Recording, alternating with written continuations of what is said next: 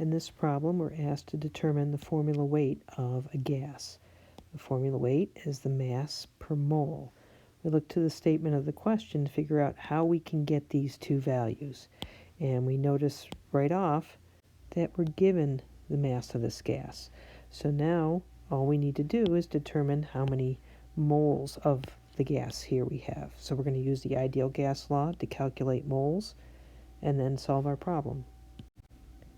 We remind ourselves the ideal gas law, solve for n, and we're going to go up to the question statement to substitute in values for the pressure, the volume, the temperature of the gas. All right, and we've done that. So we've set up our problem. We've checked to see our units cancel out appropriately, and they do. The only unit we're left with is moles. So now we know how many moles of the gas we have.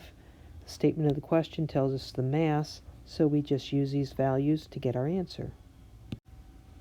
And here's our formula weight. So let's summarize. The mass we're given directly in the question statement.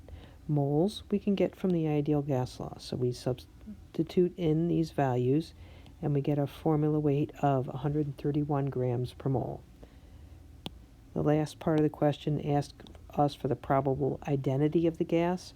Well, the only monatomic gas that we can find on the periodic table that has a formula weight of 131 is going to be xenon.